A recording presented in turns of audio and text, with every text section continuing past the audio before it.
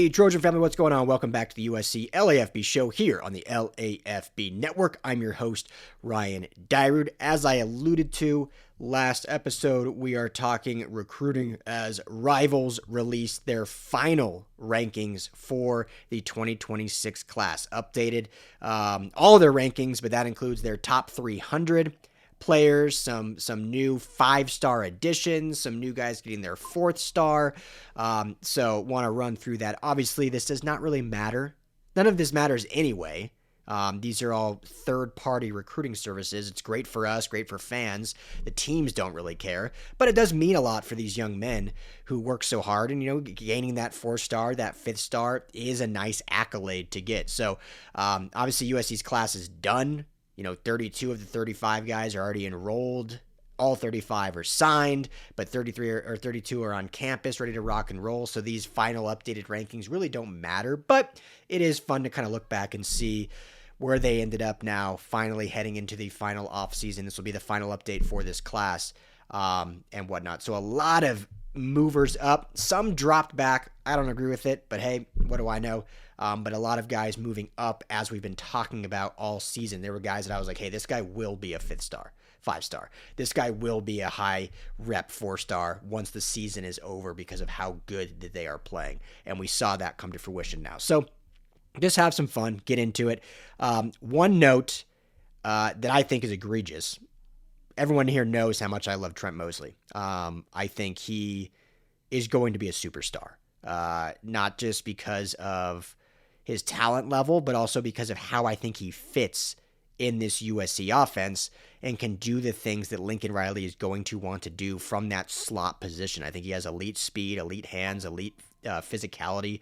Obviously not a huge body, but he can do everything that they're going to want to do and do it really well. And I, watched him live at the Rose Bowl on the CIF Southern Section game against Centennial and just was wowed. Like, this guy is going to be special. So he still has not cracked the top 300 for Rivals 300. He did not make it in there. He did, however, get his 4th star. He had only 3 stars from Rivals before yesterday. So finally, they caught up to speed with everyone else, gets him his 4th star. And so he is the 40th ranked overall receiver on Rivals Industry. Their industry rankings, he's the 248th ranked overall player. So he makes the top 300 by industry standards, but with just specific Rivals, he did not crack the top 300. They have him the 41st ranked overall receiver. I don't agree with that. I think he'll prove a lot of people wrong once the season officially does kick off. But that's the way they have it for now. So I just wanted to make that note because I think Trent Mosley is going to be a special, special player. All right, kicking this thing off. Peyton Dyer, safety. Kind of a guy, or listed as safety, defensive back. We'll see where he ends up lining up. Played a lot of corner in high school, but certainly has the versatility to play safety or wherever. Kind of a guy that we haven't talked a lot about, 4-star guy that was kind of, I don't want to say forgotten, but certainly not one of the top talked about guys in this class, but a really talented kid from the state of Georgia. He fell slightly from the 251st overall player to the 287th overall player. However, within his position group, he moved up substantially. He was the 30th ranked safety, and now he moved up to the 23rd ranked safety. So I put a lot more, again, don't take a lot of stock in these anyway, but if we are, I'm putting a lot more stock on positional movement versus totality player movement. Because, that includes every player. You'll see quarterbacks jump, running backs. That doesn't really affect him, I don't think. But if he moves up 7 spots in his position group, I think that says kind of the season and final offseason that he had. And then, okay, so this was a good one, I think. When you look at defensive lineman, Tom Tapui, again, I think severely underranked this entire process. Anyone that watched Modern Day knew how dominant he is. The size, the speed, the strength. Like his maybe biggest strength that is going to have to be harnessed, his biggest superpower, is his tenacity and his mean streak. And it cost them sometimes at Modern Day. He caused some inexcusable penalties. But if they can harness that at USC and turn that into just smart football play, and use that meanness, that tenacity to just all go after like one play at a time and play smart, he is going to be a ball player that's going to surprise a lot of people. And so he moved up significantly. He was unranked not unranked, but he was not in the top 300 going into this, and he moves to number 274. Finally. Like, I was just shocked this whole time that he was not in the top 300 of rival rankings. So he finally breaks into it. This, 6'2", 337 pounds, unbelievable size, and he finishes as the 26th ranked defensive lineman, jumping from 34th. So big jump positionally, and then big jump overall player movement going into 274. Braden Jones, another guy that's, he was one of the first commitments in this class. You look at Madden Riordan, you look at Brandon Lockhart. When it comes to out-of-state, Braden Jones is like the first one. He committed during the season still of the 2024 year, back in like October. So been a USC commit for a long time, and he jumped up from 281 to 270. So a nice little jump for him. Had a great high school career from the state of Illinois. Played against Jonas Williams in the playoffs. We'll see where they officially put him. Most of these ranking services has called him a defensive lineman, which usually refers to like interior. They refer to, outside as the edge. He's been always referred to as a D lineman. But I think USC, especially in this new kind of 4-2-5 Gary Patterson system, will use him more in that true hand in the dirt outside edge presence. Now, he can certainly slide in and play 3-tech, but at 250 with his height of 6'4", if he has that true speed, he can be a really, really good edge player. When you think of what the hope was for like an Anthony Lucas to be, he has very similar size to that, that he can certainly, if he has that bend and speed, can be really good on the edge. So he moves up to 270. Brandon Lockhart, I don't get this one at all. He drops significantly from 138 to 264. He's now the 35th ranked cornerback in the class. Don't agree with it. I think he's a really good player. I don't know if this has to do with him getting a little bit lost in the Sierra Canyon defense. Had a really elite defense, and he was a part of it, and he was a big reason why they were really elite.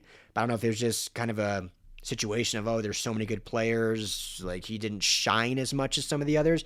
I don't know if it was maybe some of the all-star circuit. He was in the Navy All-American Bowl and whatnot, so maybe there were some reps that maybe discounted him a bit.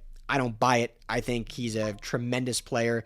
He has unbelievable size for a cornerback. Obviously, you're going to want to put a little bit of weight on, but I think he's listed at like 6'1". Dude's not 6'1". He's like 6'3", I think. I remember walking past him at a recruiting event that I went to after the class was signed, and I was like, this dude does not look like a corner. He looks like a receiver. So he's going to be able to play with those tall receivers, and he will be able to match them size for size. So this is one I don't agree with. Call it bias, call it whatever, but I think he's an elite cornerback and should still be considered one of the top corners in this class, and I think he will prove that to everyone with his play. Kenai Pepe, Rivals for whatever reason has been way more down on Pepe than all the other services. Most of their services, I think 24/7 has Pepe. I don't know what their final one will be, but it is like the 5th ranked tackle. Rivals has him way down that list. Doesn't move at all. He stays at number 260 total in the top 300. So in the top 300, but I think lower ranked. They have him at he's the 25th ranked offensive tackle. Why? I don't know what they're watching.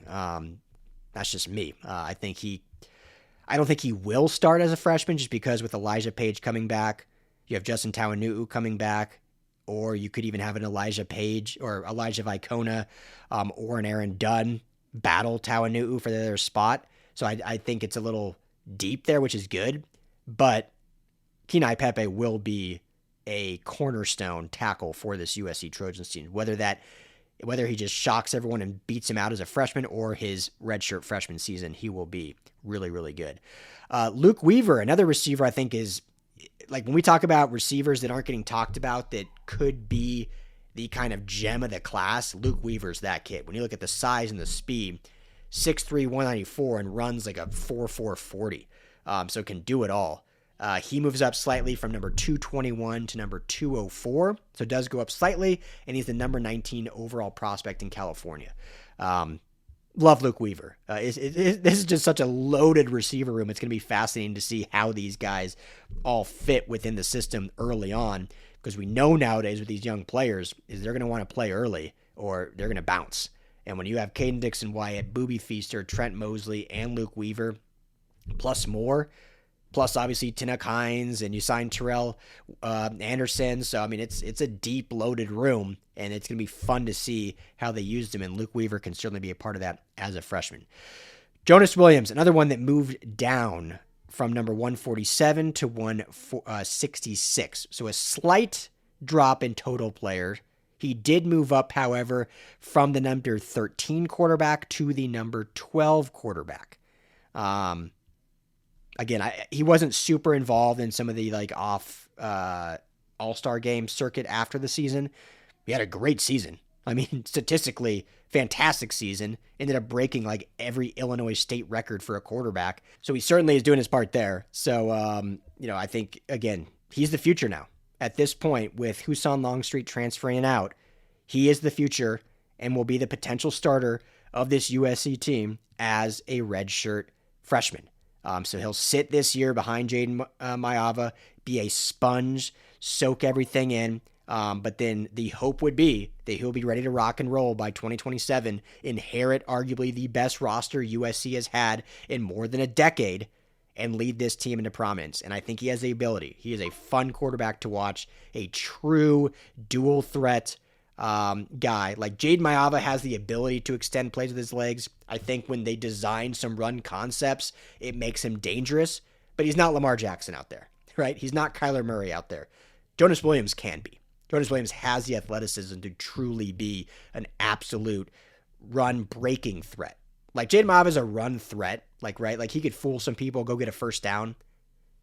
Jonas Williams can break one for 50 plus on any given day. So the excitement that should be around this kid, now that Husan's gone. I mean, Husan Longstreet, we've said all the nice things about him. I think he's going to be really good. I was bummed to see him go, but he is now gone. Now it is, hey, let's just get back behind this Jonas Williams kid, put everything into him, and let him take over as a redshirt freshman and see him take this team to this promised land and take over what Jaden Maiava has helped build. Because Maiava is one of the true ones that will be the architect of what this team's trajectory can be, and then Jonas Williams can inherit that. Hey, what's going on, LAFB family? Before we get to the show, got to tell you about my friends over at Sleeper. The number one sports app right now, and not just for season-long fantasy. They have daily game updates. They have a live chat that you can chat with other users. Plus, my favorite part is the daily fantasy feature, which is similar to a pick'em. You just choose 2 or more players across any sport. Choose more or less in whatever sport that may be. So if it's football, more or less touchdowns. For Jaden Maiava, if it's Makai Lemon, more or less receptions. If you're looking at the Dodgers, more or less home runs for Shohei Ohtani. Really easy, and you can win real money. Right now, when you go and make your first deposit, make sure you use our promo code. You see it right there on the screen, USCLAFB. That's going to give you a matched deposit bonus up to $100. You put in $100 to play with, you're going to get $100 free on top of that. You can put in 10, you get 10 free.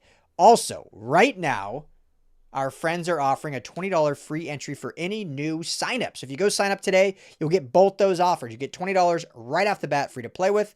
Plus, use that promo code USCLAFB at sign up and you'll get that match bonus as well. Go to the App Store, Google Play, download the Sleeper app today, and tell them that the USC LAFB sent you. Now, let's get on to the show. Talanoa Ely, he moves up. Great linebacker. I think he can have an impact as a true freshman from 197 to 159. 6'3", 210. I think he'll put on more weight by that. He is the number 9 linebacker overall in the class. Cannot wait to watch Ely. I think special player that can do some special things and hopefully be the next 5'5". I mean, I think he would wear that 5'5" proudly, and I think he would do it justice, and this team needs a 5'5". The culture of this linebacking room needs a 5'5", and I think Talanoa Ely can certainly be that. Running back Sean Alston, no movement, remains as the number 130 player overall. Very respectable, 5'10", 205. He's the number 8 overall running back. So did move up from the very beginning when he was recruited by USC. I think he was at like 12 when they first got his commitment, moved up to 8. An elite season. He had like multiple games of like almost 8 touchdowns this year. It's just when you talk about production, Sean Alston is the poster child for running back production. But stayed there. Deshaun Rideau moved up from 170 to 100, and he moved up to the number 4 running back in the overall class. So he was in that I think he was 11. Him and Alston were right next to each other. Rideau might have actually been behind him at like 13. But he has now jumped all the way to 4, and I think he showed stuff extensively in the Navy All-American Bowl. I think a lot of his maybe bump came from that game because he showed that wiggle in between the tackles, showed that potential breakaway speed, and showed that elusive strength that can still break tackles even with everything else I just listed. So, special player. This 1-2 punch of Rideau and Alston is going to be fun to watch in the years to come. Albert Hill, stays the same, 76 ranked overall player in the country. Just a super productive corner that will push to start as a freshman. This is a loaded, deep defensive backroom. I keep saying it. It's just a young one. But Albert Hill certainly can crack in this. Like when you look at the initial 26 class that has Albert Hill, Brandon Lockhart, who I think is egregiously ranked low, and then you added R.J. Sermons, who was originally in that. I mean, at one time, this is why I think Brandon Lockhart's drop is so befuddling to me, is you had R.J. Sermons was 1 as the number 1 corner. I think Albert Hill was like 3 or 4, and then Brandon Lockhart was 10. I don't know why Lockhart's dropping to like the 30s. That's insane to me. But you have 3 of the top 10 corners in the class, now all in this team, and Sermon's obviously been in the system for a year. Booby Feaster remains the same, number 57 overall player. I don't get it. He dropped slightly from receiver, number 8 receiver to number 11. The only thing I can think of is because he did not really partake in the All-Star circuit. He was at the Poly Bowl, the Polynesian Bowl, and did some good things there. That's one thing I can think of because he had an unbelievable season at Texas, at DeSoto, where they went on a historic run in the state playoffs. So, I don't know how he falls from that. And he was, instrumental. Every playoff game had multiple touchdowns and showed, if you need someone to take over a game, it was Booby Feaster. So, this is where these rankings where I just, kind of scratch my head. I don't get it. I don't know how he goes down. If you think other guys outperformed and want to move up, I guess someone has to go down. I just don't see how he was one of them. So that's not worrying me at all. Booby Feaster is going to be elite when he gets to campus. Vlad Diakonoff, another guy that when he first committed to USC, it was kind of okay, this is a nice piece. He's now contending for one of the top tackles in the country and could end up being like Kenai Pepe, I think, is going to be one of the best because he's severely underrated. But Rivals obviously loves Vlad Diakonoff. He goes from number 68 overall player to number 44. He's in the top 50 of total players and the number 12 tackle in the entire class. And he had an elite Navy All-American Bowl. That is, I think, a big push for his ascension, is going against some of these elite defensive ends, and he just dominated. There were some one-on-one reps, which I'm going to get to, with Luke Wafle. He was the only one that could even, compete with Wafle. I think Wafle still probably ate his own some, but Diakonoff was, the only one that could even, be in the same stratosphere as Wafle. Now they're on the same team. So that's exciting. So Vlad Diakonoff, one of the biggest risers in the whole country from this entire process. Mark Bowman moved down. Again, I think this is just because he was not partaking in much, if any, of kind of the All-Star circuit. He goes from the number 32 overall player to the number 43 overall player. Still the number 2 tight end. No concern there. 6'4", 230 dude's going to be special. Cannot wait to watch him go. Caden Dixon Wyatt. This might be the biggest jump from when did they did their Rivals 300. I think they did their last update right after the season. And then they let the whole All-Star circuit go and they did their final update. So this is by my summation, the largest jump of any player in the country. Certainly in the USC class, but maybe in the country because he was unranked or he was not in the top 100. Which again I thought was silly. It was more of a product of him being in a loaded system or a loaded team at Mater Dei and kind of getting lost in the sauce, if you will, or lost in the wash. He goes from not in the top 300 to 35th overall player in the class. Absolute skyrocketing up. Meteoric jump. He also goes from being the number 43 receiver, egregiously low, to number 5. He is now the 5th ranked receiver in the entire 2026 class. Talk about a big time flip from USC. And there's been talk. I've talked to people. We'll see how it plays out. You got to see it on the field. But there's been talk by plenty. And obviously, most of this is coming from USC people. So there's going to be some bias. But that they believe, when you look at KDW and Chris Henry Jr., USC got the better guy. We'll see it play out on the field. But there's been plenty of chatter that, hey, this is nothing against Chris Henry Jr., but Caden Dixon-Wyatt, I think, was actually the better receiver, just a little bit slept on. A little bit. And he may have the higher ceiling. And he may be the more ready guy right now. And some of that kind of came out at the Navy All-American Bowl. I think Chris Henry Jr. kind of struggled. I mean, there was plenty of clips out there of cornerbacks locking him down. Now, I think he'll be fine. I saw enough Mater Dei tape where he just took games over. But Caden Dixon-Wyatt didn't get targeted as much as Chris Henry Jr. And Caden Dixon-Wyatt looked really good at the Navy All-American Bowl. Meteoric rise. Out of the 300 to 35, 43 to 5th ranked receiver. Then we get the top 2 guys here in the class. Jaimeon Winfield gets his 5th star, rightfully so. I called it.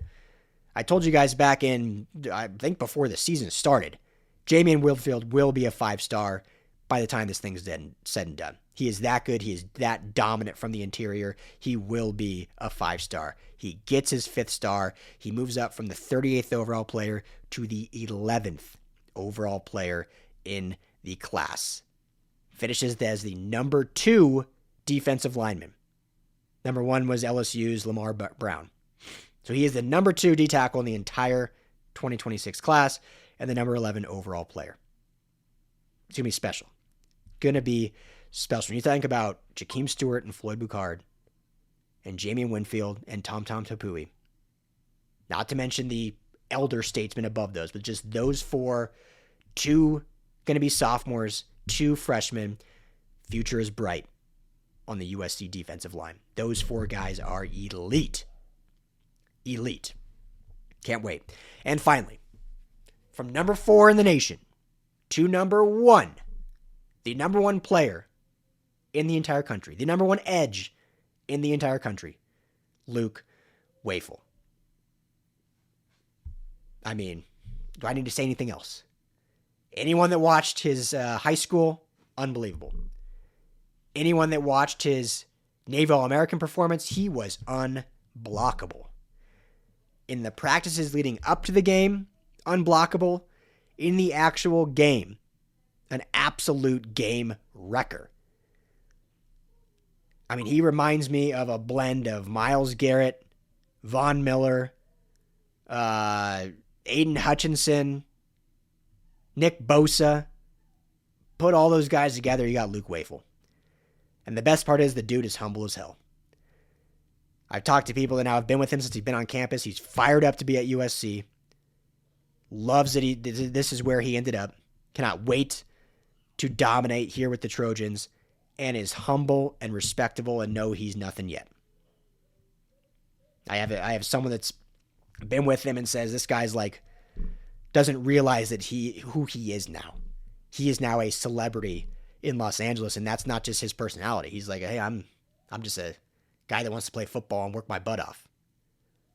Eat right, work out right, train right, be the right teammate. He's going to be special, guys. This kid is going to be special. He's that, I think, good and has that type of mentality to get it done. So, we got to all see it on the play. This is in fired up time. We're in January. This is all just time to get fired up. Fired up at the next season. We got all off season to kind of pump stuff up. We got to see it come to fruition. But when you talk about these guys I just listed that it rose in these rankings, there's a good reason for it. And there's a good reason why USC fans should be excited. And USC has the number one player in the class in Luke Wafle. So impressive. So there you have it. There's all your risers and fallers. Not many fallers, but a couple. Don't agree with it, but it is what it is. And then a significant amount of risers, though, for this 2026 class. So excited to see how it all goes down. As I said, depending when you are watching this, on Wednesday, 3 p.m., Gary Patterson is talking to the media for the first time. So, as you know, I am out in Colorado, so I will unfortunately not be in attendance. I have questions submitted that USC will ask on my behalf. Super pumped on that. Super nice. But I will be back here with an update how that press conference went as soon as I have the chance. So be on the lookout for that. So make sure to hit that like and subscribe so you're always notified. Always know when things are coming down the pipe. Appreciate you all. As always, family, fight out.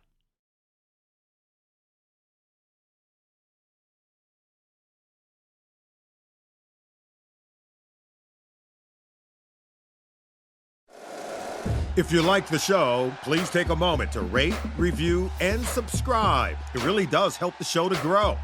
Thank you for listening.